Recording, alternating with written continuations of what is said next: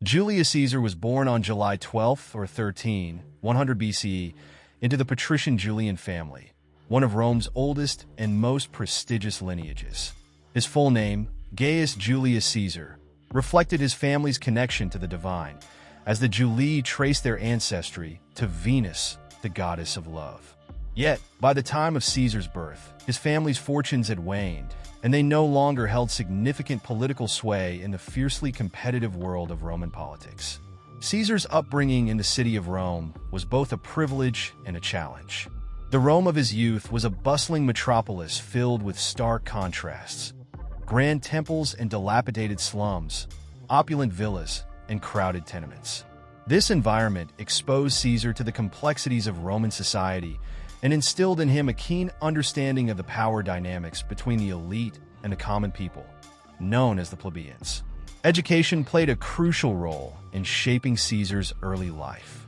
Like other young patricians, he was tutored in subjects considered essential for Roman leaders: rhetoric, literature, history, and philosophy. His tutors, often Greek slaves or freedmen, introduced him to the works of Homer, Sophocles, and other classical authors, providing a foundation in Greek culture that complemented his Roman heritage. Caesar's eloquence and sharp intellect, honed during these formative years, would later become powerful tools in both his political and military career. Despite his noble lineage, Caesar's early years were marked by political instability and personal danger. His family's ties to the Marian faction, led by his uncle Gaius Marius, placed him in the crosshairs of Sulla, a rival dictator who seized power in 82 BCE. During Sulla's proscriptions, Caesar was forced to flee Rome, refusing to divorce his wife Cornelia, the daughter of a prominent Marian ally, as demanded by Sulla. This act of defiance, though perilous, demonstrated Caesar's steadfast loyalty and courage, traits that would define his life. Exile did not diminish Caesar's ambitions.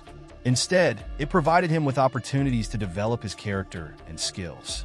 He joined the military, serving in Asia Minor and Cilicia, where he distinguished himself in battle.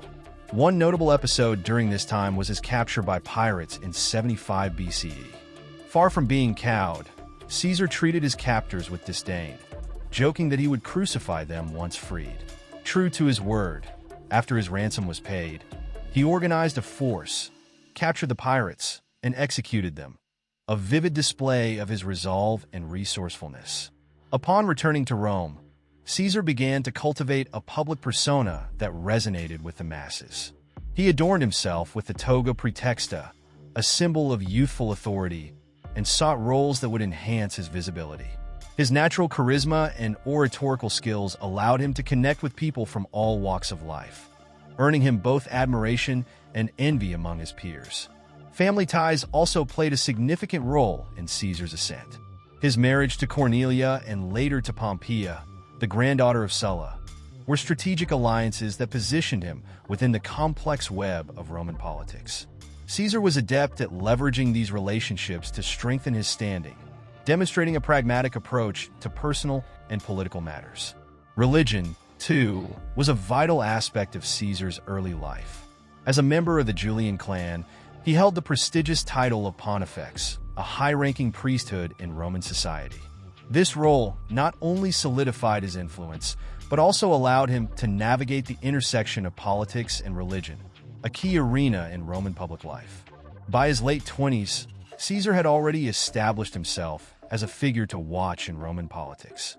His resilience in the face of adversity, coupled with his innate talent and ambition, set him apart from his contemporaries. While his early years laid the groundwork for his future achievements, they also hinted at the qualities, determination, cunning, and boldness that would propel him to unparalleled heights. The Rome that Caesar inherited was a republic in decline, its political institutions weakened by internal strife and corruption. Yet, in this turbulent environment, he found opportunities to rise. The challenges of his early years did not deter him. Instead, they forged a leader who would one day reshape the destiny of Rome. In understanding Caesar's early life, we glimpse the roots of a figure whose ambition would forever alter the course of history. The early stages of Julius Caesar's political career revealed the traits that would define his ascent to power: ambition, resourcefulness, and a deep understanding of the Roman political system. These years were marked by Caesar's calculated maneuvers to gain visibility, consolidate his influence, and build a foundation for his later achievements. Caesar's first significant political position was as a military tribune, a post that allowed him to advocate for reforms benefiting the Roman soldier class. This role showcased his ability to balance his patrician heritage with populist rhetoric. By championing the needs of ordinary soldiers, he began to cultivate an image as a leader who bridged the gap between Rome's elite and the common people. Building on this momentum, Caesar pursued the office of quaestor in 69 BCE, a crucial stepping stone in the Roman cursus honorum, the structured path of political advancement. His election was not merely a reflection of his noble lineage, but a testament to his growing popularity. As quaestor, Caesar served in Hispania Ulterior, where he gained valuable administrative experience and a deeper understanding of provincial governance. This period also allowed him to witness the disparities between Rome and its provinces, further fueling his reformist ambitions. During his time in Hispania, Caesar demonstrated his knack for blending politics and personal ambition.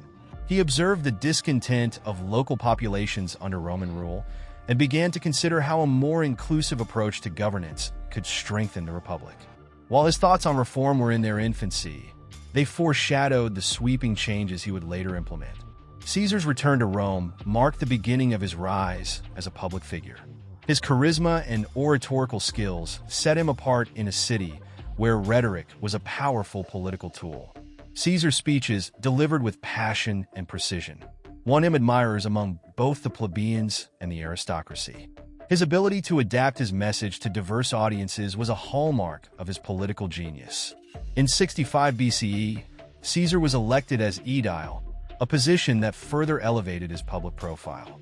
As aedile, he was responsible for organizing public games and festivals, which he used as an opportunity to win popular support. Caesar spared no expense in these events, funding lavish spectacles that outshone those of his predecessors. While this extravagance plunged him into debt, it solidified his reputation as a leader who understood the importance of public favor in Roman politics.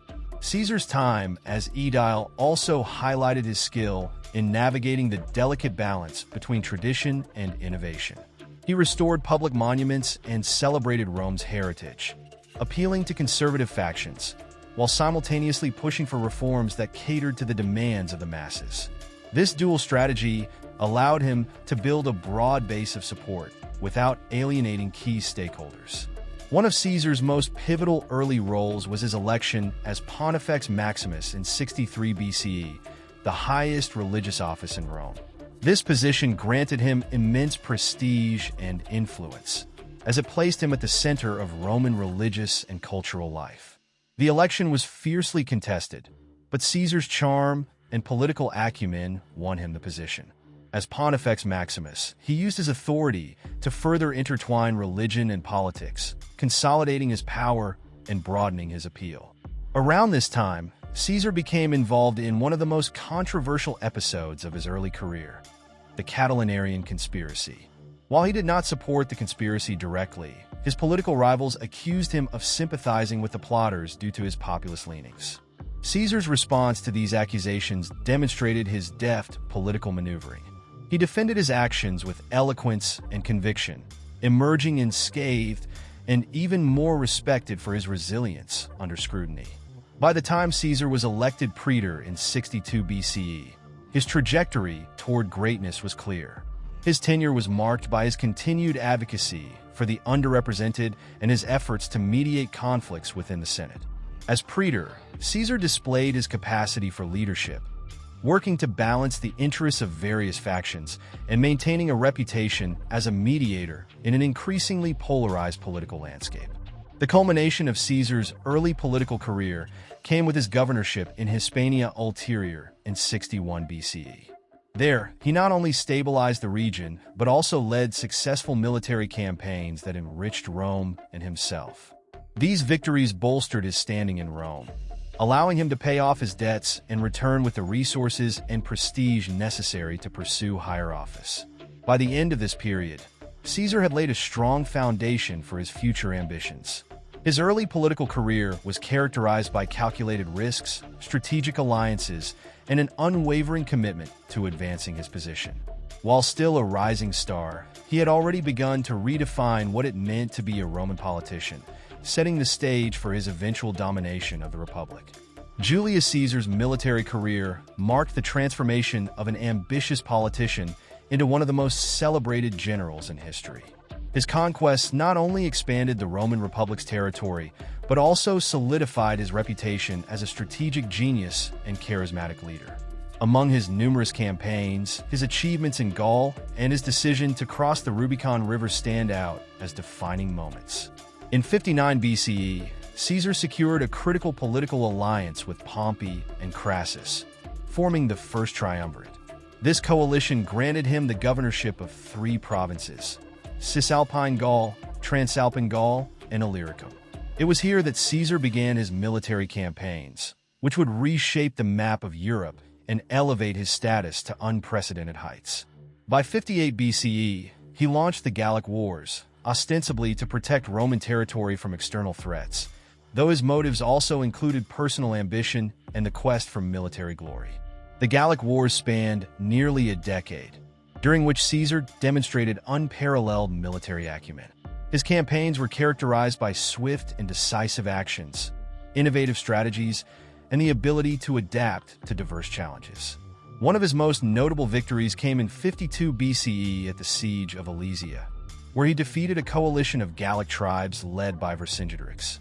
Outnumbered and surrounded, Caesar used a combination of engineering, discipline, and tactical ingenuity to triumph, securing Roman dominance over Gaul. Caesar's success in Gaul not only enriched Rome with vast amounts of wealth, but also solidified his power base. His legions, fiercely loyal to him, were instrumental in his rise. Unlike many Roman generals, Caesar shared the hardships of his soldiers, earning their unwavering devotion. He understood that a strong bond with his troops was essential for success, both on the battlefield and in his broader political ambitions. However, Caesar's growing power alarmed many in the Roman Senate. By 50 BC, tensions between Caesar and Pompey, once his ally, had escalated. The Senate, under Pompey's influence, ordered Caesar to disband his army and return to Rome as a private citizen. To comply would have left him vulnerable to prosecution and political oblivion. For Caesar, the choice was clear.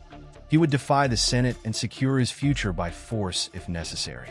In January 49 BCE, Caesar made a decision that would alter the course of Roman history. He crossed the Rubicon River, the boundary separating Cisalpine Gaul from Italy, with his army. This act of defiance was a declaration of war against the Senate and Pompey.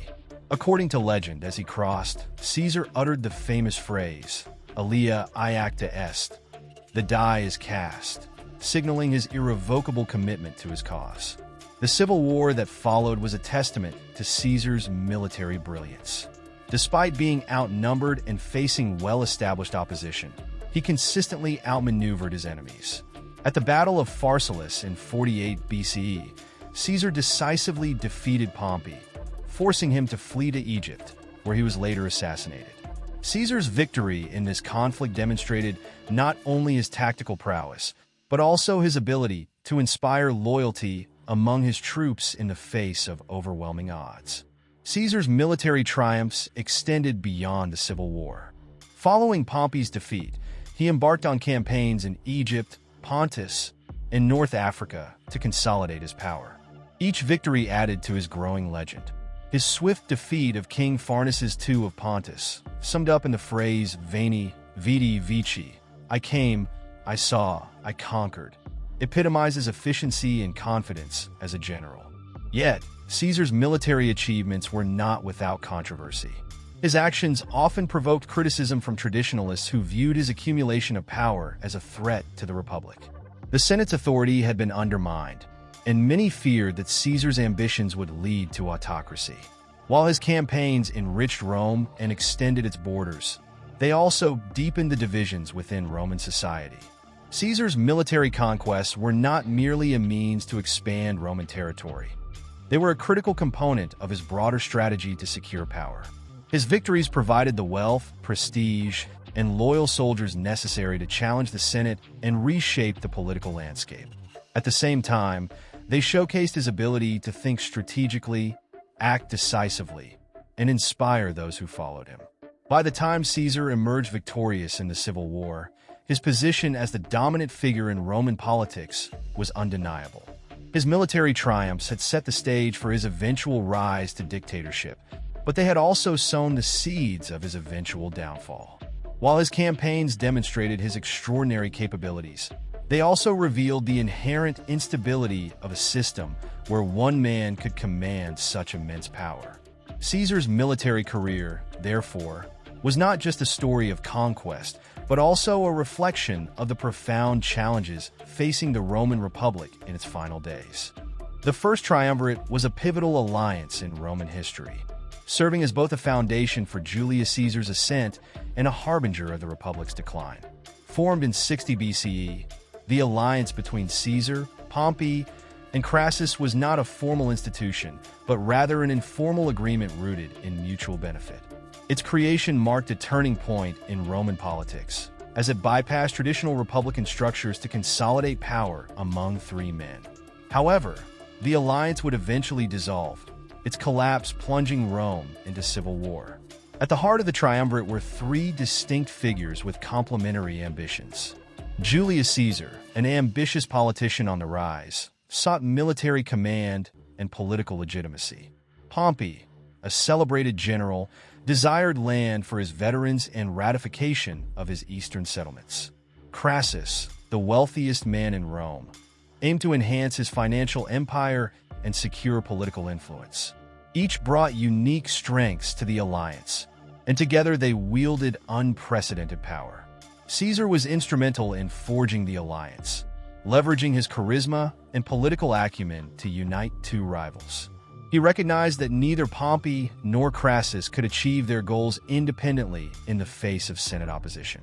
By aligning their interests, Caesar positioned himself as the mediator who could navigate the complexities of Roman politics.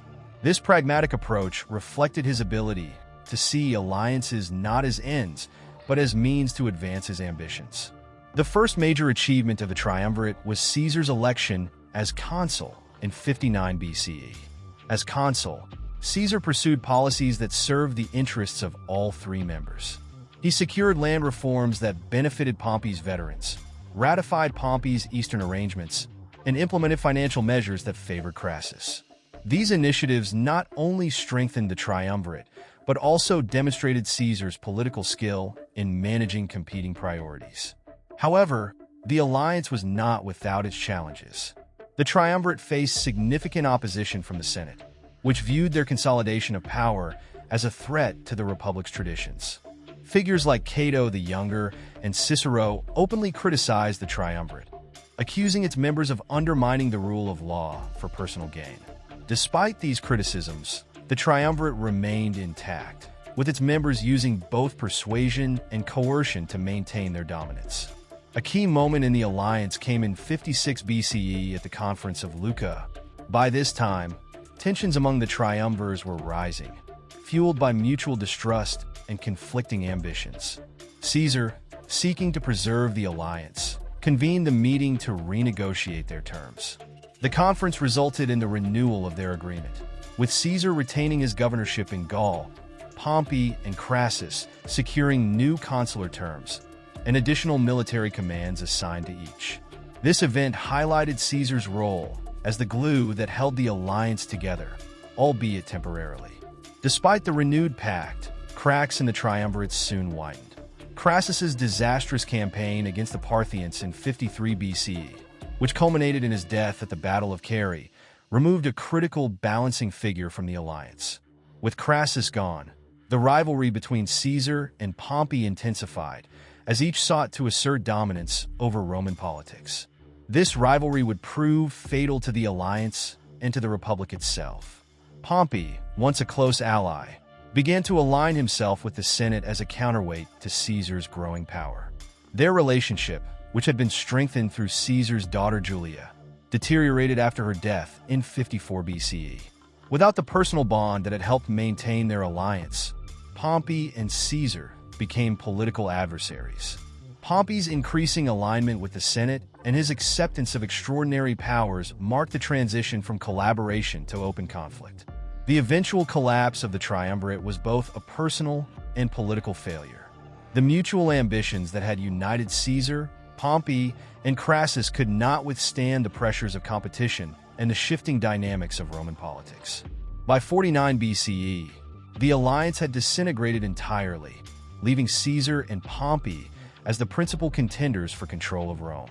The breakdown of their partnership set the stage for the civil war that would engulf the Republic. In retrospect, the First Triumvirate was a double-edged sword for Julius Caesar.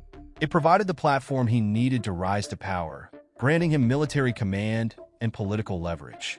Yet, its collapse also exposed the fragility of alliances built on personal ambition rather than shared principles. The triumvirate's dissolution not only marked the end of a political partnership, but also heralded the beginning of Caesar's final, unrelenting march toward absolute power. The outbreak of the Civil War in 49 BC marked a decisive turning point in Julius Caesar's life and in the history of the Roman Republic. What began as a conflict over political control between Caesar and Pompey evolved into a broader struggle for the future of Rome. The war exposed the fragility of the Republic's institutions and demonstrated Caesar's exceptional military and political prowess, ultimately leading to his assumption of dictatorial power. The seeds of the Civil War were sown in the escalating rivalry between Caesar and Pompey following the dissolution of the First Triumvirate. By the late 50s BCE, Caesar's success in Gaul had elevated him to unparalleled heights, while Pompey, increasingly aligned with the Senate, sought to curtail his former ally's power. The Senate, wary of Caesar's ambitions, demanded that he disband his army and return to Rome as a private citizen. For Caesar, compliance would have meant political and personal ruin. His refusal set the stage for open conflict. On January 10th, 49 BCE, Caesar crossed the Rubicon River with a single legion, an act of defiance that declared war on the Senate and Pompey. The phrase alia iacta est, the die is cast, captured the gravity of his decision. By crossing the Rubicon, Caesar violated Roman law and initiated a civil war that would engulf the Republic. This bold move demonstrated his willingness to risk everything to protect his position and secure his vision for Rome. The early stages of the war revealed Caesar's remarkable strategic brilliance. Faced with a Senate-backed force led by Pompey, who commanded superior numbers and resources, Caesar relied on speed, flexibility, and surprise. His campaign in Italy was swift and decisive. Pompey, unprepared for Caesar's rapid advance, withdrew to Greece to regroup. Caesar's ability to take control of Rome without significant bloodshed underscored his tactical ingenuity and the loyalty of his legions.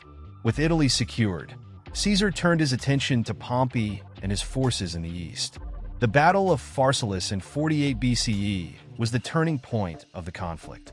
Despite being outnumbered, Caesar's disciplined troops delivered a crushing defeat to Pompey's army. Pompey fled to Egypt, where he was assassinated by agents of the Ptolemaic court seeking to curry favor with Caesar.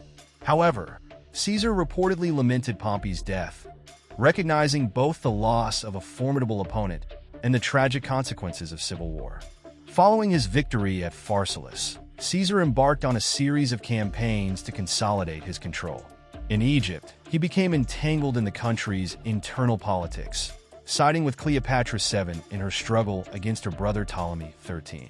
Caesar's alliance with Cleopatra, both political and personal, solidified his influence in the eastern Mediterranean.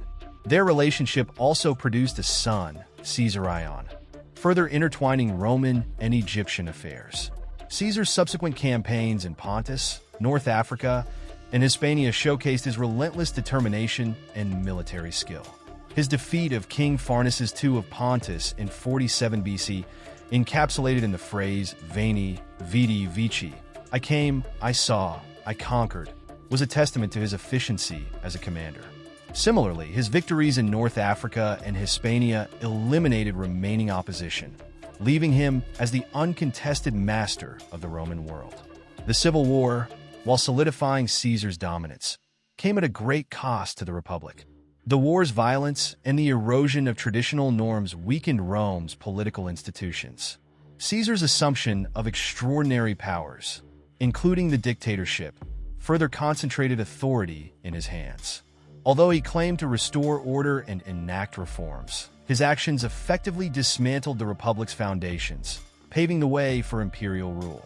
Despite the war's devastating effects, Caesar sought to present his rule as a period of renewal.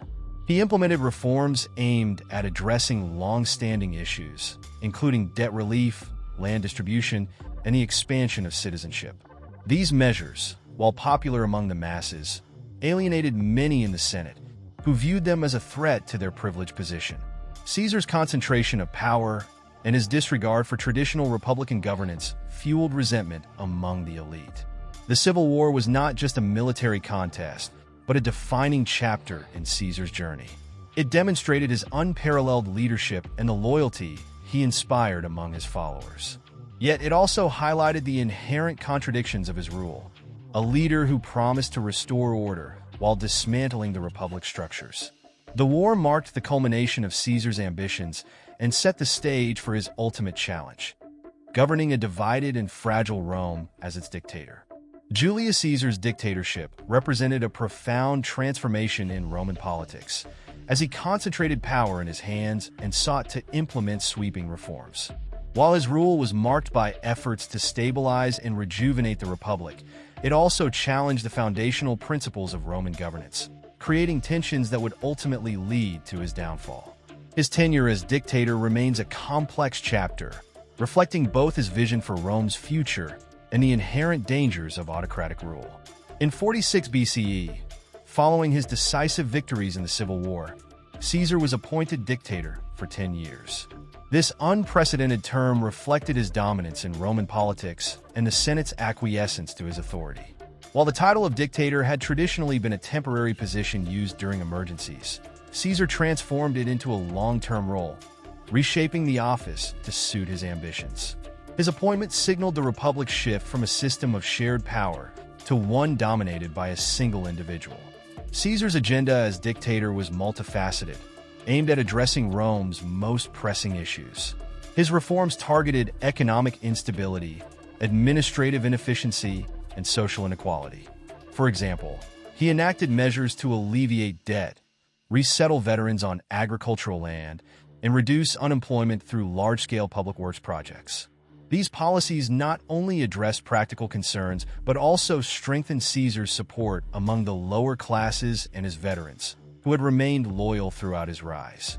One of Caesar's most significant reforms was the expansion of Roman citizenship. By extending citizenship to individuals in the provinces, he sought to integrate Rome's diverse populations and foster loyalty to the central government. This policy reflected his broader vision of a more inclusive and cohesive Roman state, one that transcended the traditional divisions between Rome and its territories. However, it also provoked resistance from the Roman elite, who viewed such inclusivity as a threat to their status and privileges. Caesar also undertook administrative reforms to improve the efficiency of the Roman government. He reorganized the calendar, introducing the Julian calendar, which remains the basis for the modern calendar system. This reform, while seemingly mundane, had significant implications for commerce, agriculture, and religious observance. It exemplified Caesar's focus on pragmatic solutions to systemic issues, earning him praise even among his detractors. Culturally, Caesar positioned himself as a patron of the arts and a restorer of Roman heritage. He initiated the construction of grand public buildings, including the Forum of Caesar, to showcase Rome's greatness and his contributions to its legacy. These projects, while enhancing the city's infrastructure, also served as propaganda tools, reinforcing his image as a leader dedicated to Rome's prosperity. Yet, the grandeur of these endeavors further highlighted the divide between Caesar and the traditional Republican elite. Despite these accomplishments, Caesar's concentration of power alienated many in the Senate. His actions undermined the Republic's checks and balances, as he bypassed traditional mechanisms of governance and marginalized the Senate's authority. The appointment of loyalists to key positions and the expansion of the Senate to include individuals from the provinces were viewed by traditionalists as efforts to dilute their influence. These moves, while pragmatic, intensified fears that Caesar sought to establish a monarchy. Caesar's adoption of titles and honors further fueled concerns about his intentions. In 44 BCE, he was declared Dictator Perpetuo, dictator for life, a title that many interpreted as a step toward kingship. While Caesar publicly rejected the crown during the Lupercalia festival, his accumulation of power and the imagery surrounding his rule suggested otherwise.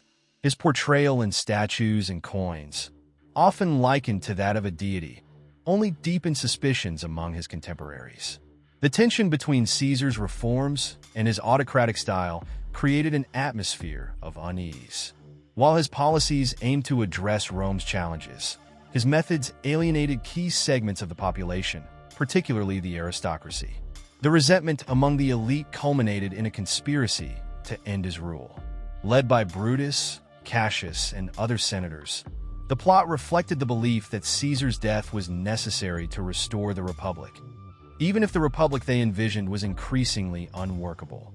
Caesar's dictatorship was a paradox. It showcased his ability to govern effectively and his vision for a more unified and prosperous Rome. Yet it also revealed the limits of his approach. His concentration of power, while enabling him to implement reforms, eroded the principles of shared governance that had defined the Republic. In striving to save Rome from chaos, Caesar became the catalyst for its transformation into an empire, leaving a legacy that continues to provoke debate. His assassination in 44 BCE was not merely the end of his rule, but the beginning of a new chapter in Roman history, one shaped by the contradictions of his dictatorship. The assassination of Julius Caesar on March 15, 44 BC, forever immortalized as the Ides of March, marked one of the most dramatic moments in Roman history. This act, orchestrated by a group of senators, was not merely a personal attack on a leader, but a statement against autocracy. The murder revealed deep divisions within the Roman political system and underscored the fragile balance between tradition and change. While the conspirators sought to restore the Republic, their actions instead plunged Rome into further turmoil. The roots of Caesar's assassination lay in the perception that his accumulation of power threatened the foundations of the Roman Republic. By accepting the title of Dictator Perpetuo, dictator for life, Caesar appeared to confirm the fears of many senators that he intended to establish a monarchy. This title, coupled with his concentration of power and the sidelining of the Senate, was seen as a direct challenge to the principles of shared governance that had defined Rome for centuries. Caesar's actions, while aimed at addressing Rome's systemic issues, alienated key segments of the political elite. His reforms, including the expansion of the Senate to include provincial elites and his appointment of loyalists to high positions, were viewed as attempts to weaken traditional power structures. Moreover, his public rejection of the crown during the Lupercalia festival, while likely intended to allay fears, only intensified speculation about his ultimate intentions. To many, Caesar's rule seemed to blur the line between republicanism and monarchy. The conspirators, led by Marcus Junius Brutus and Gaius Cassius Longinus, framed their actions as a defense of liberty. Both Brutus and Cassius were experienced politicians who had benefited from Caesar's clemency following the Civil War. Their involvement in the plot reflected not only ideological opposition to Caesar's rule, but also personal grievances and a desire to preserve their political influence. The conspiracy drew support from a broad coalition of senators, united by a shared fear of Caesar's dominance. On the fateful day of March 15, 44 BCE, Caesar arrived at the theater of Pompey, where the Senate was convening. Despite receiving multiple warnings about potential danger, he dismissed them, confident in his authority and the loyalty of those around him. His lack of precaution, often attributed to his belief in fate or his hubris, proved to be a fatal miscalculation. As he took his seat, the conspirators surrounded him, and within moments, they unleashed their attack. The assassination was brutal and symbolic. Caesar was stabbed 23 times by his assailants, with Brutus allegedly delivering one of the final blows. According to historical accounts, Caesar's last words were either a stunned exclamation, Et2, Brute, and you, Brutus, or silent acceptance. While the phrase may be apocryphal, it has come to symbolize the ultimate betrayal by a trusted ally. The murder, carried out in full view of the Senate, was intended to demonstrate the conspirators' commitment to restoring the Republic. In the immediate aftermath of the assassination, the conspirators faced an unexpected challenge. They had no clear plan for what would come next. Their expectation that the Roman populace would welcome Caesar's death and embrace the restoration of the Republic proved misguided. Instead, the assassination created a power vacuum and unleashed chaos. Far from uniting Rome, it deepened existing divisions and set the stage for further conflict. The reaction to Caesar's death was mixed. While some senators celebrated the end of his rule, the Roman people mourned the loss of a leader who had enacted popular reforms and provided stability. Mark Antony, one of Caesar's closest allies, capitalized on this sentiment during Caesar's funeral. In a dramatic speech, he read Caesar's will, which included generous bequests to the Roman populace and provisions for his soldiers. This gesture turned public opinion against the conspirators and sparked outrage among the masses. The Ides of March failed to achieve its intended purpose. Instead of restoring the Republic, the assassination triggered a series of events that would lead to the rise of the Roman Empire. The ensuing power struggle between Mark Antony, Octavian, Caesar's adopted heir, and the conspirators plunged Rome into another round of civil wars. The Republic's institutions, already weakened, could not withstand the forces unleashed by Caesar's death. The assassination of Julius Caesar stands as a profound turning point in Roman history. It was an act born of desperation, fear, and the belief that killing one man could save an entire system. However, the conspirators underestimated Caesar's enduring legacy and the loyalty he inspired among the Roman people and his allies. Their failure to address the deeper issues plaguing the Republic ensured that Caesar's death would not be the end of his influence, but the beginning of a new chapter in Rome's transformation. Ultimately, the Ides of March revealed the paradox of Caesar's rule. He was both the architect of Rome's revival and the catalyst for its descent into autocracy. The senators who sought to preserve the Republic by assassinating Caesar inadvertently paved the way for its final demise, as the power struggles that followed would culminate in the establishment of the Roman Empire. Caesar's death, therefore, was not just an end but a prelude to a new era, one shaped by his life, his reforms, and the enduring shadow of his legacy. The aftermath of Julius Caesar's assassination on March 15, 44 BC, was marked by a period of political upheaval and social unrest, as Rome grappled with the consequences of his death. The conspirators, who had hoped to restore the Republic by eliminating its most powerful figure, found themselves unprepared for the chaos that ensued. Far from achieving their goal, the assassination created a power vacuum that intensified Rome's instability and set the stage for the rise of a new political order. One of the immediate consequences of Caesar's death was the fractured state of Roman politics. The conspirators, led by Marcus Junius Brutus and Gaius Cassius Longinus, initially believed that the Senate and people of Rome would support their actions. They saw themselves as liberators, defenders of republican values, and restorers of liberty. However, their assumption that Caesar's death would unite Rome was fundamentally flawed. The reality was far more complex, with public sentiment divided and no clear path forward. The Roman populace, which had benefited from Caesar's reforms, reacted with anger and grief. Caesar's policies, such as land redistribution, debt relief, and public works, had earned him the loyalty of the lower classes and veterans. His assassination was perceived by many as a betrayal of their interests, fueling widespread discontent. The conspirators, unable to offer a compelling alternative vision, quickly lost the support of the people, leaving them isolated in the volatile political landscape. The turning point in the immediate aftermath came at Caesar's funeral, orchestrated by Mark Antony, one of Caesar's most trusted allies. In a dramatic and politically charged eulogy, Antony read Caesar's will, which revealed his generosity toward the Roman people, including bequests of money and land. This act, combined with Antony's vivid descriptions of Caesar's achievements and his display of Caesar's blood-stained toga, incited the crowd's fury. The resulting riots forced the conspirators to flee Rome, further undermining their position. With the conspirators in retreat, a power struggle emerged among Caesar's allies. Mark Antony initially appeared to be the natural successor to Caesar's political legacy, but his authority was soon challenged by Gaius Octavius, known as Octavian, Caesar's grandnephew and adopted heir. At just 18 years old, Octavian demonstrated remarkable political acumen, using his status as Caesar's heir to rally support among the military and the populace. The rivalry between Antony and Octavian would become a defining feature of the post-assassination period. The Senate, which had been weakened by years of political turmoil, sought to exploit the division between Antony and Octavian to regain its influence. Figures like Cicero, a prominent orator and statesman, initially supported Octavian, viewing him as a counterbalance to Antony. Cicero's Philippics, a series of speeches denouncing Antony, exemplified the Senate's attempt to reassert its authority.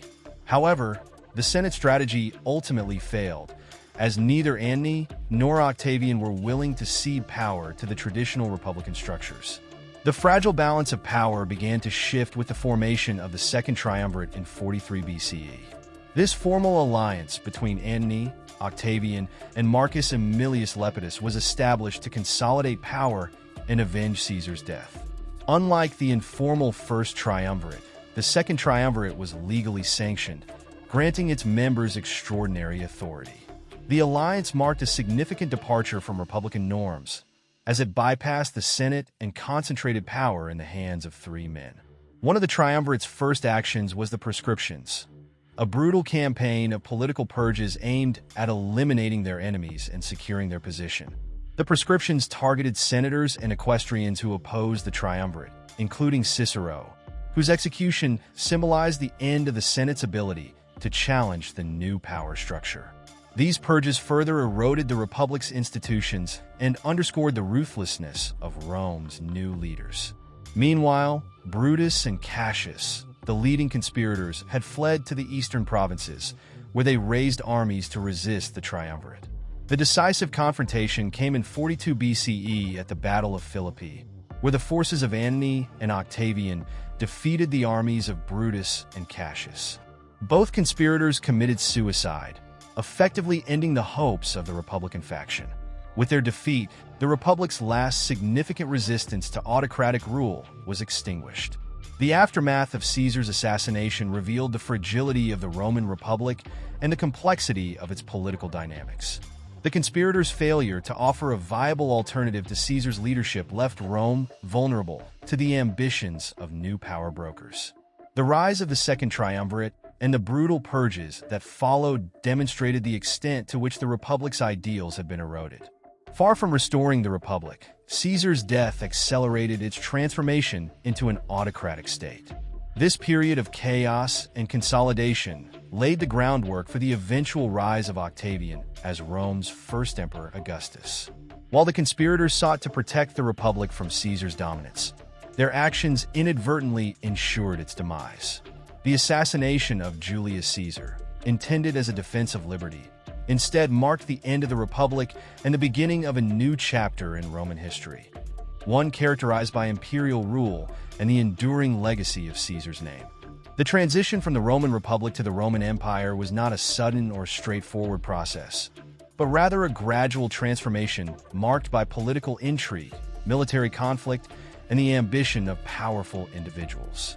The death of Julius Caesar in 44 BCE, while seen by some as the restoration of the Republic, ultimately served as the catalyst for the rise of Augustus, Caesar's adopted heir, and the consolidation of autocratic power. Augustus's ascent was shaped by his remarkable political skill, his ability to outmaneuver rivals, and his shrewd manipulation of Roman institutions, ultimately leading to the creation of a new imperial order.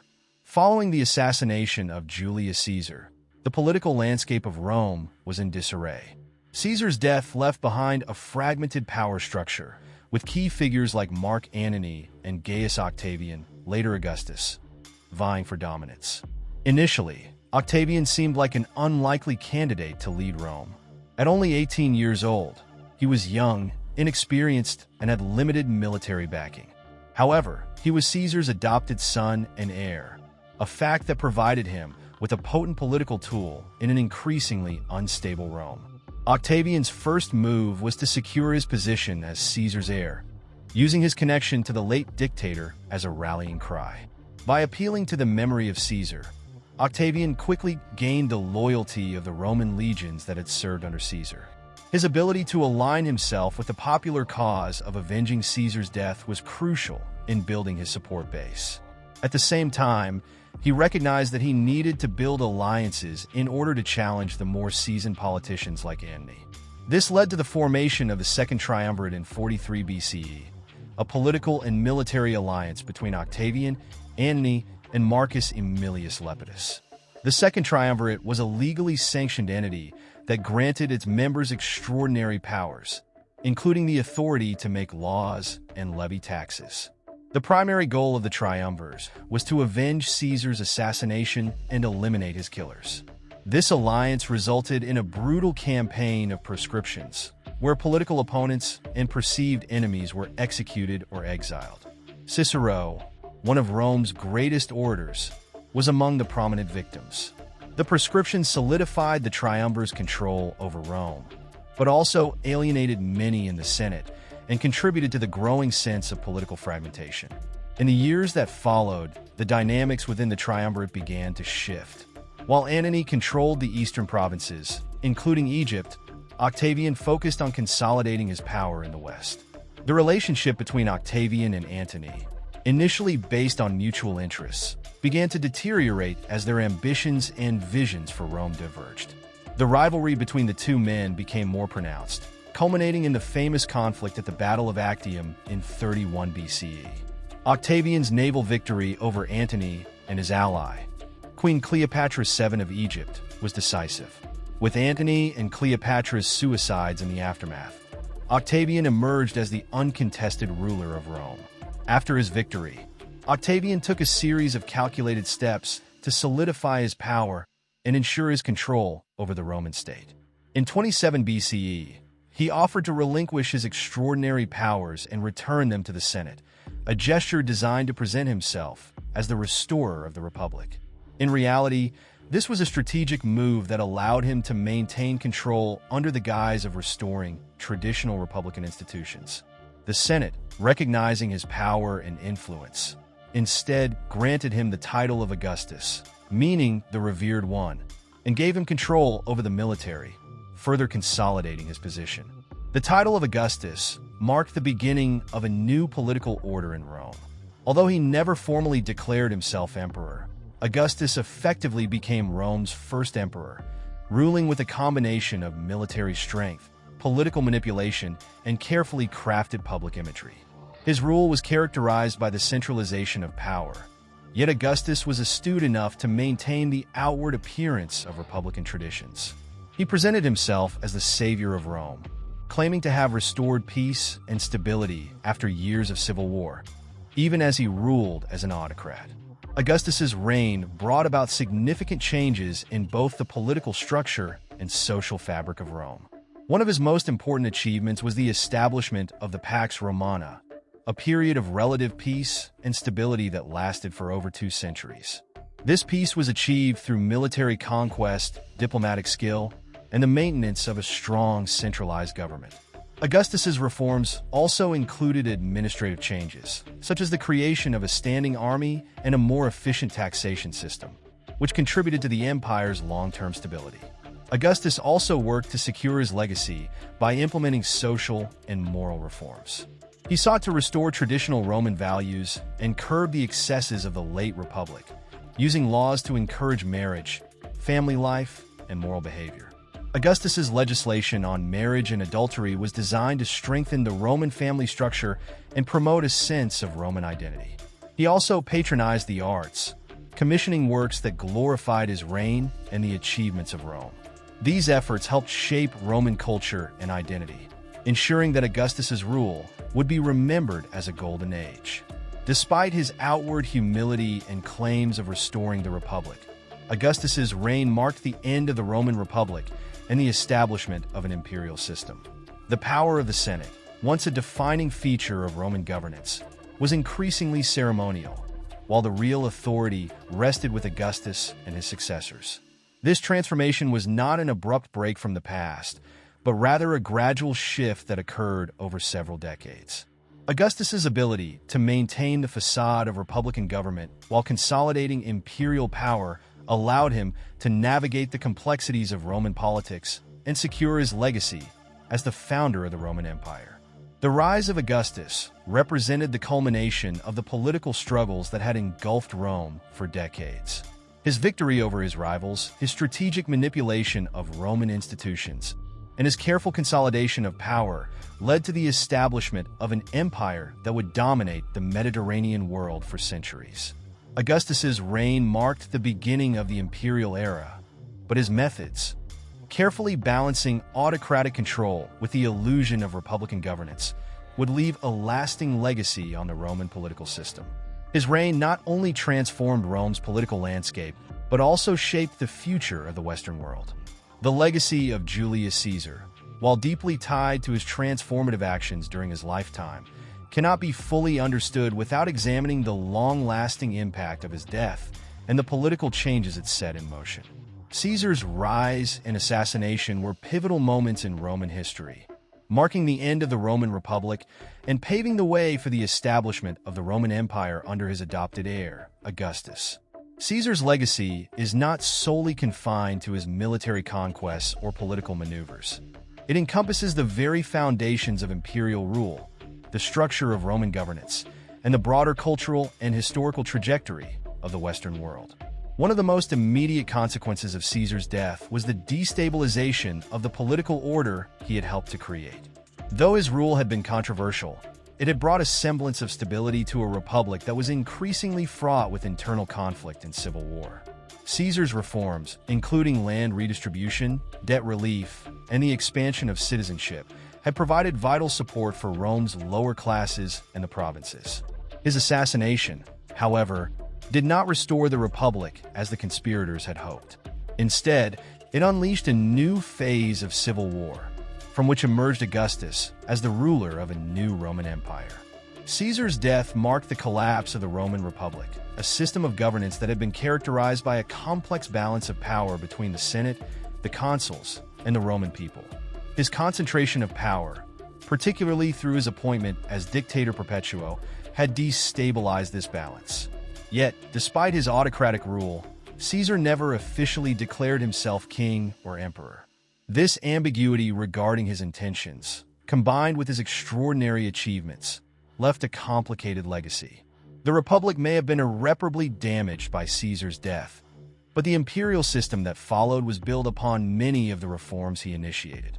The emergence of Augustus as the first Roman emperor was, in many ways, a direct consequence of Caesar's assassination. Augustus, born Gaius Octavius, was Caesar's grandnephew and adopted heir. His rise to power was marked by both strategic alliances and ruthless political maneuvering, culminating in his victory over Mark Antony at the Battle of Actium in 31 BCE. By consolidating his power, Augustus ensured that Rome would never return to the old republican system. Under Augustus, Rome entered a period of relative peace and stability known as the Pax Romana.